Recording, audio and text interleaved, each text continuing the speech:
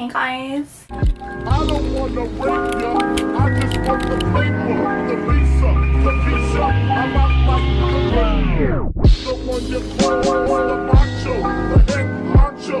Swiftness like the macho. I got so much knowledge. Welcome back to my channel, guys. I just wanted to address the elephant in the room. My hair is like a lot whiter in the front and then 50 shades of blonde in the back, but let's just not talk about it. So the focus of today's video is getting a flawless base at the drugstore. Shout out to my friend Raylene for inspiring me to make this video. Shout out to you, girl. I love you. So pretty much what happened is she texted me a few days ago asking me what steps to do for makeup and what products to use, and I felt like it was really hard to explain through text. So I was like, girl, I got you. Why not just make a video out of it? And for those of you who are just beginning or having a hard time applying makeup or don't know what products to use, this video is gonna help you out. But yeah, let me just stop rambling on and get straight into the video. Okay, let's get started. Let's not mind my hair. It's kind of distracting because I have so much flyaways. So I'm gonna go in with moisturizer, and it's gonna be a first step to our flawless base. So the moisturizer I'll be using is the e.l.f. Happy Hydration Cream with hemp-derived cannabis sativa. So it looks like this. And my friend Kai actually recommended the hemp line, and so far I've been really just liking the moisturizer. So shout out to the Honey Beige for recommending this. I love this. My skin type is oily to normal, and I really like this moisturizer. Another great one is the e.l.f. Holy Hydration Moisturizer, and that one's really great as well. Okay, so let's get into primer. I'm going to be using the Wet n Wild Matte Face Primer. I've been using this primer for a few years now, actually. It's one of my favorites. And I like this because it feels like a moisturizer. It really sinks into the skin rather than just sitting on top of the face. And I mainly put this where I get oily, which is in the T-zone, because I feel like the makeup tends to wear off in that area specifically. So I just need a little extra help there. And also blurs out a little bit of my pores in this area. Okay, so now that we are moisturized and primed, I'm gonna go in and talk about the tools that I use. And these are the tools I use on a daily basis, whether I am using high-end or drugstore products. This is the Real Techniques brush. I don't know what the name of this brush is, but I've had it for a long time, and I like this brush because it gives you that really flawless airbrush look and doesn't absorb the product too much. Another option you can use for your foundation is a sponge. This is actually a new find for me, and I've been obsessed with this sponge. This is the JUNO & Co sponge. I got this at Target.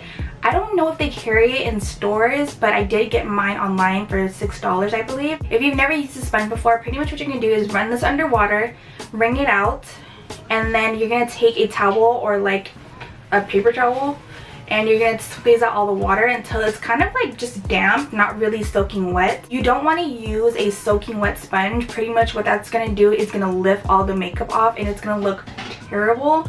So just keep in mind of that if you've never used a sponge before. For foundation today, I'm going to be using the Maybelline Fit Me Matte and Poreless Foundation. This is for normal to oily skin types. They do have one for normal to dry skin types as well. The reason why I like this foundation is because it gives you medium to full coverage, but also the wide range of colors that are in the drugstore, which I think is really hard to find. So I'm going to put this on the back of my hand. Please don't mind the eyeliner that we were playing with yesterday. I have taken a shower, I've tried to rub it off, and it's still not coming off. This is actually the NYX Epic Wear liners. They really stay on and super waterproof, so if you're looking for a good drugstore liner, that's a really good go-to. And the reason why I put this on the back of my hand rather than applying it straight onto my face is when you look at painters, they don't put the paint directly on the canvas and then brush it out. They put it on a palette just so that they have the control of how much product they're using and the coverage. So that's pretty much the same concept of why I put it on the back of my hand. Alright, so I'm going to go in with the brush, and I am just patting a little bit of it. And then starting in the middle of the face and blend outwards. So you can pat, buff it in, either or. But I'm just going little by little. I'm not applying too much. And keep in mind, we're just trying to even out the skin tone. We don't need to pile on too much foundation. And if you do need that extra coverage, you can go in those specific areas and really cover that up.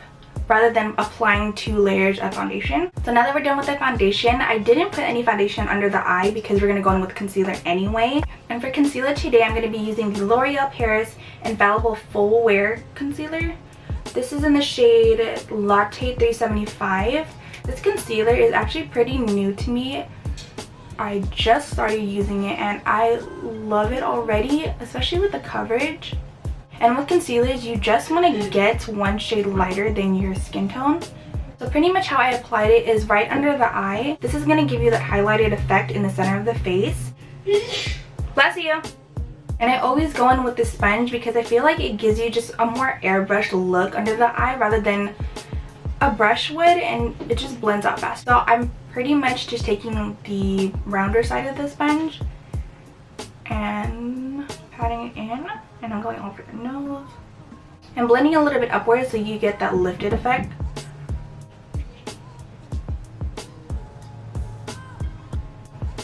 Ooh, this is like really bright. I like the really bright under eye, but I would recommend for every day just to do 1 shade. 1 shade lighter is perfect. So now that we brought the brightness to the face, we are going to go in with contour. And I feel like contour is really scary for some people, but with this technique, trust me, it's going to be so much easier.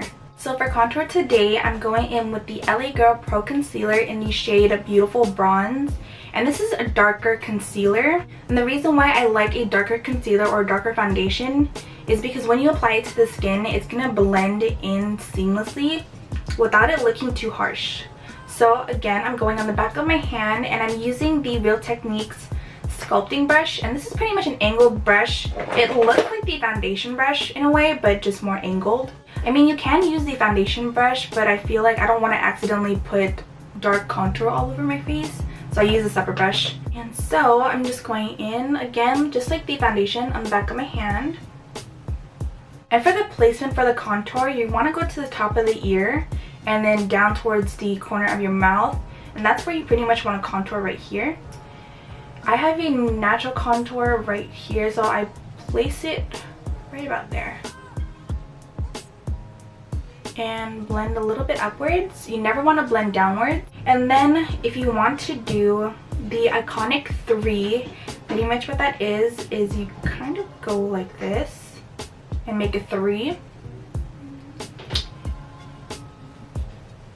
And what that's doing is bringing that natural contour at the perimeter of the face that looks super natural. So pretty much we're just bringing back that color into the face and that definition. And if you have a double chin, girl, blend down here. And you guys see the difference? There's a bigger difference. You don't need too much.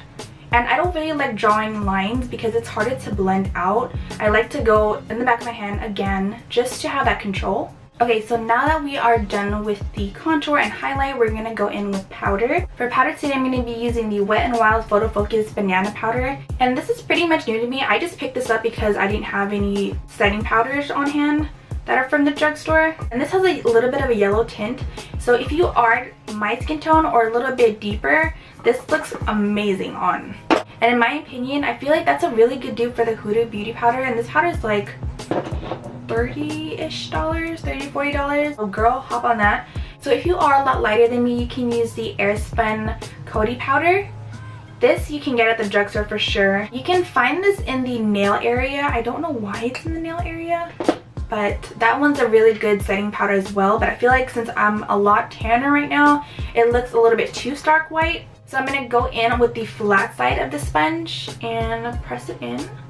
So it's covered like that. And what you want to do with this is you either want to knock off the rest of the powder, or what I like to do is take the palm of my hand and kind of just pat it out. Do you see how much powder that's coming off? Yeah.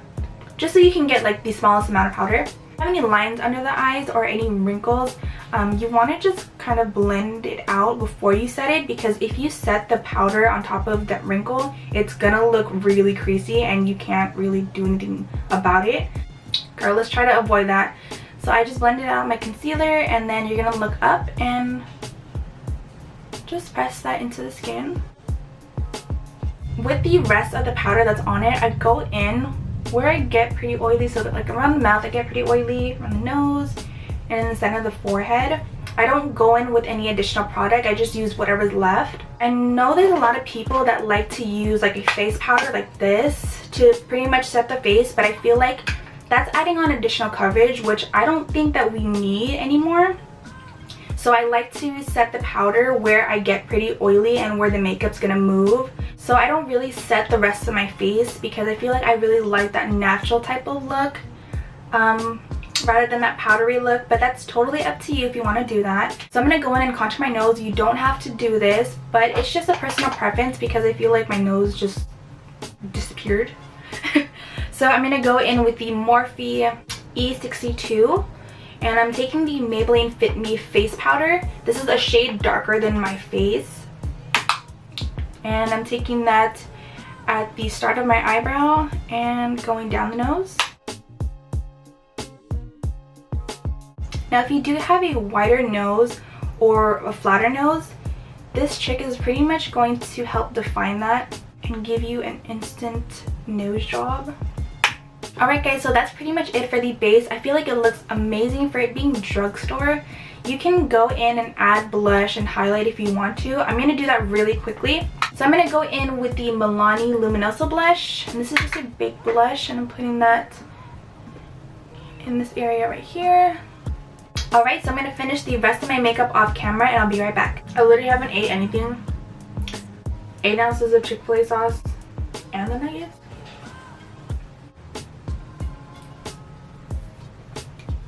Alright guys, so this is the completed look. I just threw on some eyeliner, lashes, and lipstick, but I'll list all the products that I used down in the description bar. And yeah, I'm excited. This looks really good. Like, the cool tone vibes I'm feeling right now because of the white hair and then the 50 shades of blonde. Thank you guys so much for watching. If you guys have any questions, do not comment on this video. I want you guys to go to my Instagram and DM me for any further questions. I love you guys so much and thank you guys for watching. Please like and subscribe down below, and I'll see you guys soon. Bye.